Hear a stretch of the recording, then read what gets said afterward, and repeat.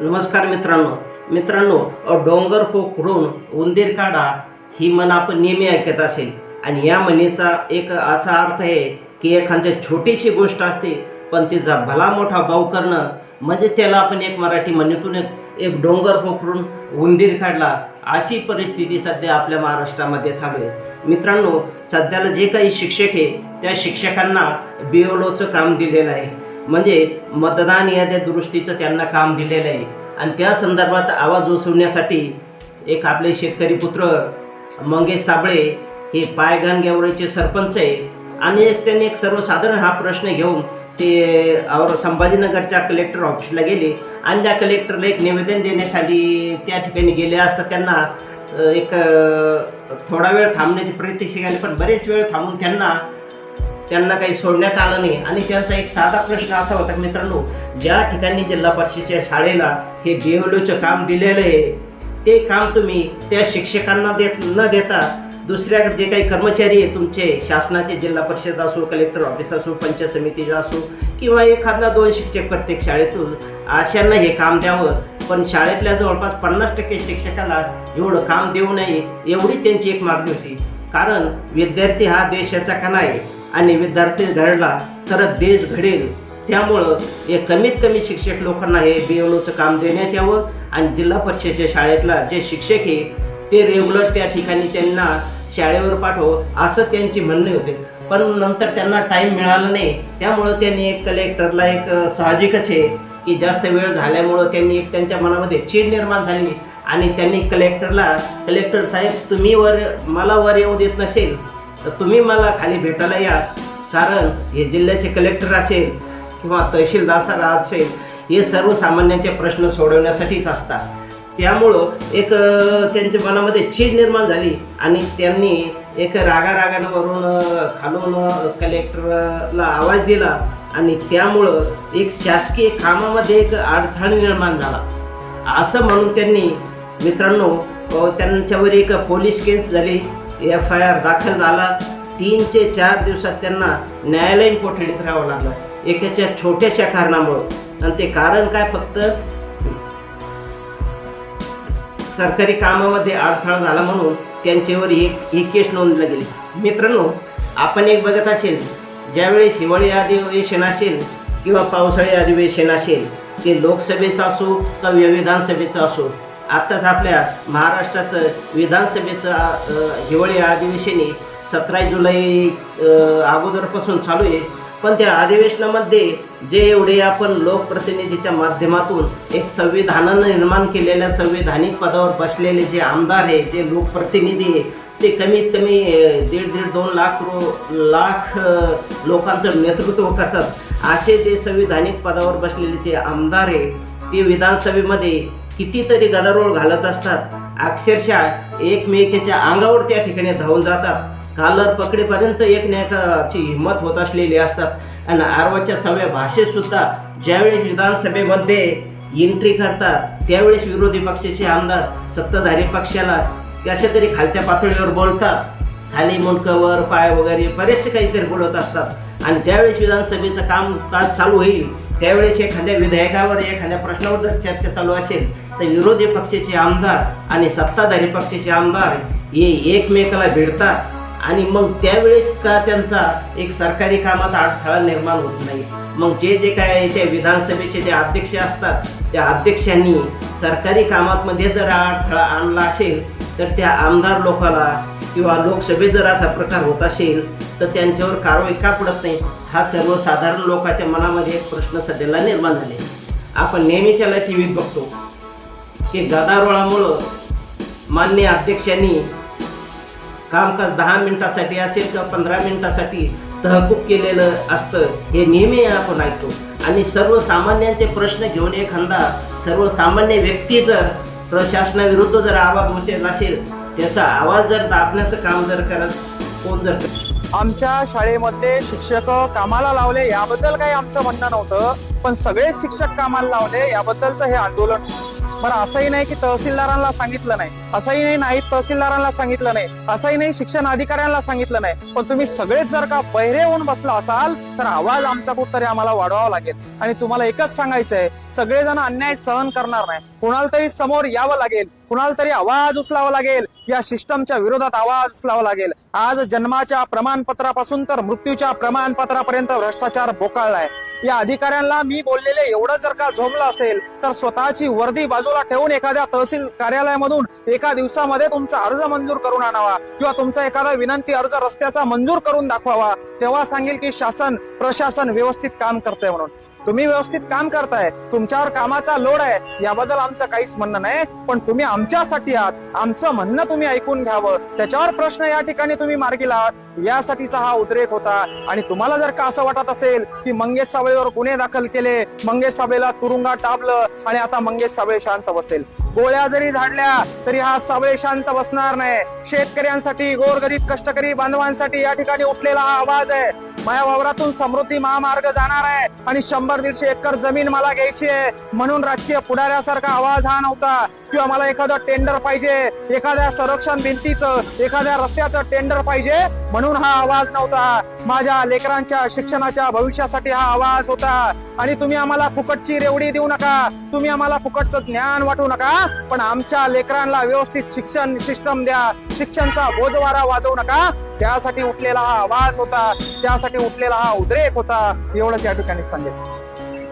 नक्कीच राजकीय षड्यंत्राच्या माध्यमातून आमच्यावर गुन्हे दाखल करण्यात आले, आमचा आवाज दाबण्याचा प्रयत्न करण्यात आला, पण त्या राजकारण्यांना मी सांगू इच्छितो, साबळे हा तुमच्या 4 दिवसाच्या तुरुंगानं किंवा 4 दिवसाच्या हर्सुलच्या जेलनं दबणारा नाहीये. अरे एवढा भ्रष्टाचार आज या महाराष्ट्रामध्ये बोकाळलाय, याच्यावर साबळे आवाज उचलणार आहे. आज हर्सुलचं तुरुंग सोडलं, हर्सुलचे या ठिकाणी पोलीस अधिकारी सोडले, तर बाकीकडं सगळीकडं भ्रष्टाचार या ठिकाणी बोकाळले. म्हणजे जेलात प्रशासन चांगलं सुरू आहे, जिथं कैदी असतात तिथं प्रशासन चांगलं सुरू आहे, मात्र बाहेर जिथं सामान्याचे काम व्हायला पाहिजे तिथं टेबला खालून पैसे द्यावे लागतात, टेबला खालून भ्रष्टाचार सुरू आहे. आणि त्याच्या विरोधात जर का कोणी आवाज उचलणार असाल आणि तुम्हाला वाटत असेल तुम्ही तो आवाज दाबणार असाल तर ही जनता शांत बसणार नाही, आमच्यासारखे तरुण शांत बसणार नाही. आणि आम्ही ही खुणगाड बांधून हा आवाज उचललेला आहे. तुम्हाला वाटत असेल 4-2 दिवसाच्या तुरुंगवासानं तुम्ही आमचा आवाज दाबणार तर विसरून जा,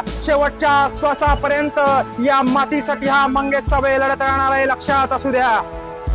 करत असेल तर हे शासन करतं मित्रांनो, सर्वसामान्याचं. मग विधानसभेतल्याला सुद्धा लोक एक हक्क भंगाची त्यांना नोटीस जायला पाहिजे, सरकारी कामात अडथळा आणला त्याबद्दल हे व्हायला पाहिजे.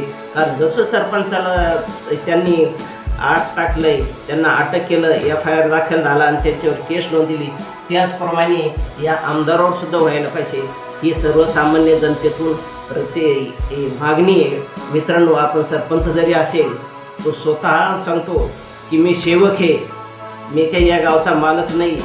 तसे हे आपण मतदारसंघातून जे आपण आमदार निवडून देतो ते या मतदारसंघाचे मालक नसून ते या मतदारसंघातले प्रश्न सोडवण्यासाठी असतात.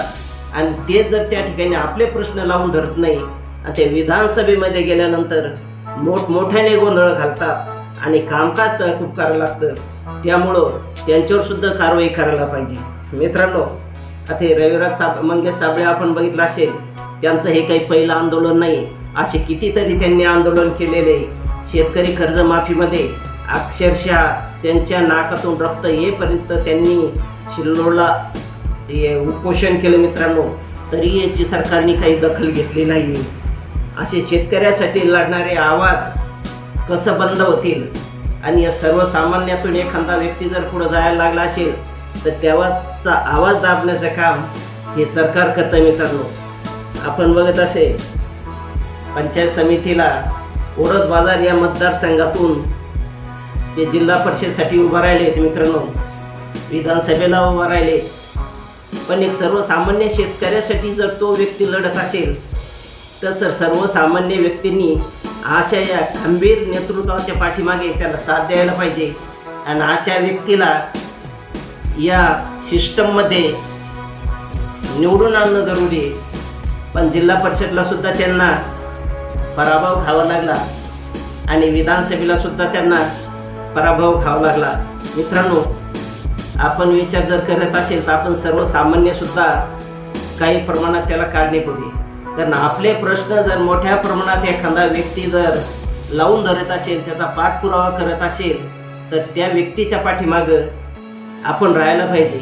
पण आपण मित्रांनो, जे काही सत्तेतले लोकप्रतिनिधी असतात त्यांच्यात मागं पुढं करीत राहतो. आता आपण बघत असेल, रविकांत तुपकर असेल, रोहितदादा पवार असेल, यांनी शेतकऱ्यांसाठी मोठं उपोषण केलं. 7-7, 8-8 दिवस उपोषण केलं. अगदी नाकातोंडातून रक्त येईपर्यंत त्यांनी उपोषण केलं. पण शेतकऱ्यांनी म्हणावं तेवढा पाठिंबा दिला नाही.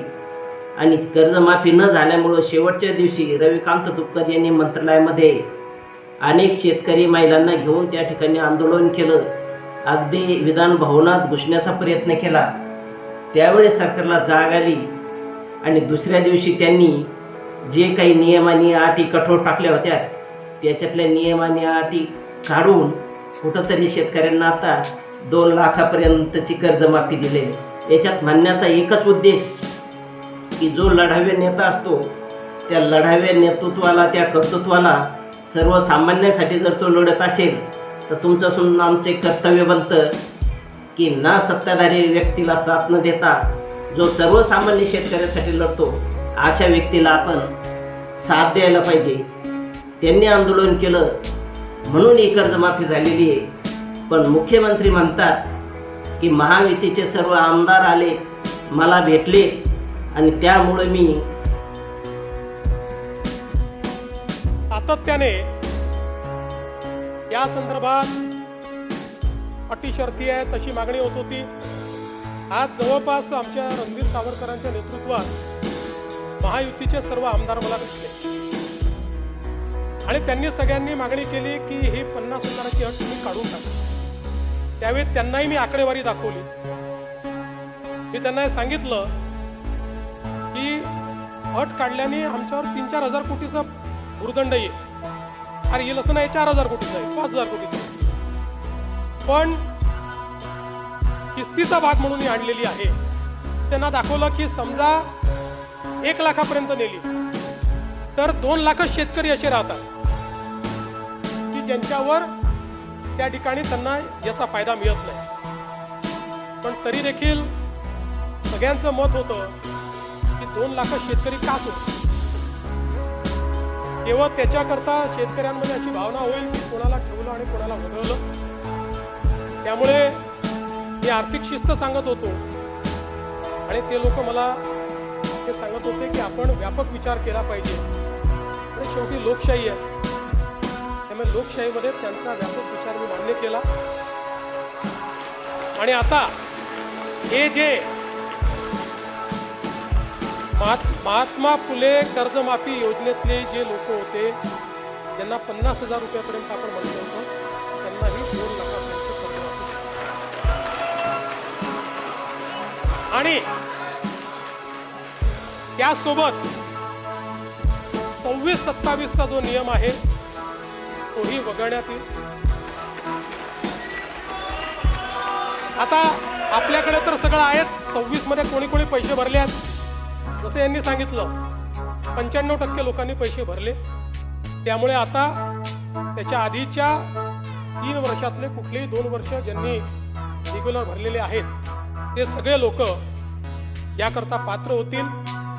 पुन्हा सांगतो, पहिल्यांदा राज्य सरकारने हा निर्णय घेतलाय. यापूर्वी कधीही असा निर्णय झालेला नाही.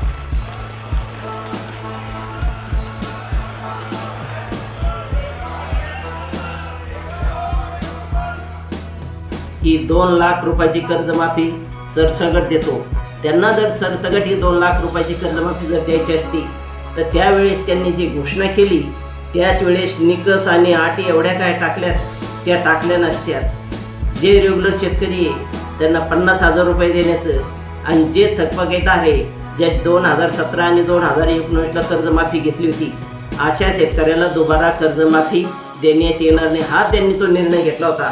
हा निर्णय फक्त केवळ आणि केवळ रोहितदादा पवार आणि रविकांत तुपकर यांनी जे उपोषण केलं होतं त्याचं श्रेय या सरकारला न जाता हे श्रेय या शेतकरी नेत्याला जातं. कारण यांच्या आंदोलनामुळं ही तुमच्या आमच्या पदरामध्ये ही कर्जमाफी मिळालेली. एक म्हणण्याचा उद्देश की मंगेश साबळे यांनी जे आंदोलन केलंय आणि नेहमी ते भ्रष्टाचार विरोधात आवाज उचलतात, अन्यायाविरोधात आवाज उचलतात. कोणावर जरी अन्याय होत असेल त्या ठिकाणी ते आवाज उचलतात. त्यामुळं सर्वसामान्य व्यक्तींनी जो एक लढावे नेतृत्व असतं त्या व्यक्तीला आपण पाठिंबा द्यायला पाहिजे. आणि कुठलं जरी एखादं इलेक्शन असेल, लोकप्रतिनिधीच्या माध्यमातून जर तो व्यक्ती वर पुढं जात असेल त्या व्यक्तीलाच आपण मतदान द्यायला पाहिजे. कारण त्या ठिकाणी तो गरिबीतून गेलेला व्यक्ती हा आवाज उचेल, ना की जो पहिलाच करोडोपती अब्जोपती तो आवाज उचेल नाही. ज्या शेतकऱ्यांना शेतीचे कष्ट माहिती आहे, रात्रंदिवस घाम गाळलेला आहे, तो शेतकरी त्याला या शेतीची किंमत माहीत असते, काय कष्ट करावं लागतात म्हणून हा मंगेश साबळे असेल, रविराज साबळे असेल, हे शेतकरी पुत्र आहे.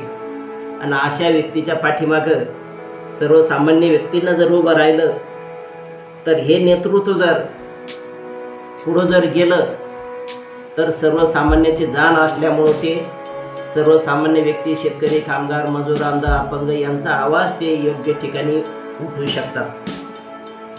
आज मंगेश साबळेला जामीन मिळाला मित्रांनो, पण आपण बघित असेल तो एक वाघ आहे, न थांबणारा न थकणारा असा ते मंगेश साबळे. त्यांची मुलाखत पत्रकाराने घेतली. त्यांना तेव्हा सांगितलेलं आहे, माझा कितीही जरी आवाज दाबण्याचा प्रयत्न जर केला, मला कितीही जरी जलात टाकलं तर माझं हे आंदोलन किंवा अन्यायाविरुद्ध बोलणारं जे त्यांचे शब्द आहे ते कधीच थांबणार नाही. अन्यायाविरुद्ध मी सतत लढत राहीन, गोरगरीब व्यक्तीसाठी लढत राहीन, शेतकऱ्यासाठी लढत राहीन. त्यामुळं सर्वसामान्य व्यक्तींना असं नेतृत्व जर पुढे जात असेल त्याला भरभरून असा पाठिंबा द्यायला पाहिजे. आता त्यांनी काल काय पत्रकार परिषदेमध्ये सांगितलं, त्यांनी एका चॅनलने एक त्यांची मुलाखत घेतली. ती मुलाखत मित्रांनो आपण त्यांच्या तोंडून ऐकू आणि ह्या व्हिडिओबद्दल तुमचं मत काय त्या कमेंटमध्ये अवश्य नोंदवा. असं नेतृत्व उदयास यायला पाहिजे का नको? कारण ज्या लोकांना अगोदरच सोन्याचा चमचा तोंडात घेऊन आलेले त्यांच्यासाठी असले प्रश्न नॉर्मल वाटत असतात. कारण ते अगोदरच करोडपती अब्जोपती वारसा पिढ्यानपिढ्या ते राजकारणात त्यांचा जम बसलेला असतो आणि ते ऑटोमॅटिक वंशवळीप्रमाणे त्यांचं ते पुढं चालत राहतं. त्यामुळं असे या सर्वसामान्य व्यक्तीला आपण पाठिंबा द्यायला पाहिजे. मित्रांनो, हा व्हिडिओ कसा वाटला त्याबद्दल जास्तीत जास्त कमेंट करा आणि या चॅनलला सबस्क्राईब करा आणि हा व्हिडिओ जास्तीत जास्त शेअर करा. आणि आपण पुढील माहिती खुद्द मंगेश साबळे जामीन झाल्यानंतर काय बोलतात त्यांच्या तोंडून ऐकूया. कलेक्टर चल जाओ, हमारे पैसों पे जीने वाले कलेक्टर चल जाओ, हमारे टैक्स पे जीने वाले कलेक्टर चल जाओ. निवडणूक आयोगाच्या कामासाठी शिक्षकांच्या करण्यात आलेल्या नियुक्त्यांवरून छत्रपती संभाजीनगर जिल्हाधिकारी कार्यालयात गदारोळ झाल्याचं पाहायला मिळालं. शाळांमधील शिक्षकांना जर तुम्ही BLO ड्युटी देणार असाल तर वर्गात विद्यार्थ्यांना शिकवायचं कोणी असा संतप्त सवाल करत फुलंब्री तालुक्यातील गेवराई पायगा येथील सरपंच मंगेश साबळे यांनी जिल्हाधिकारी कार्यालयात धुमाकूळ घातला. दरम्यान या घटनेची माहिती मिळताच फुलंब्रीच्या तहसीलदार योगिता खटावकर या देखील तात्काळ जिल्हाधिकारी कार्यालयात पोहोचल्या. मात्र आक्रमक झालेल्या सरपंचांनी त्यांनाही थेट जाब विचारण्यास सुरुवात केली. कलेक्टर बोलो, खटावकर मॅडम पुढे, खटावकर मॅडमला कळत नाही का? या मॅडम इकडे जरा या पुढे बाजूला. चार शिक्षक मॅडम या समोर या इकडे या मॅडमचं स्वागत करा. चार शिक्षक एका शाळेच्या जिल्ह्याला कामाला लावता का तुम्ही? कोणी आदेश दिला तुम्हाला?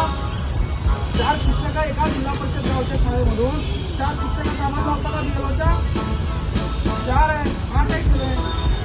आम्ही कोण आहे? सुनील बाबूराव दुगे. 10 तारखेचा अर्ज द्यायचा का तुम्हाला? ज्या चुका तुम्ही करणार तुम्हाला आम्ही अर्ज द्यायचा का? तुम्ही का खाताय का आमचे नोकर आहे ना तुम्ही? तुम्हाला अर्ज द्यायचा का? आम्ही मरतो ना आम्ही इथं. तुम्ही आमच्या पगारावर जगा.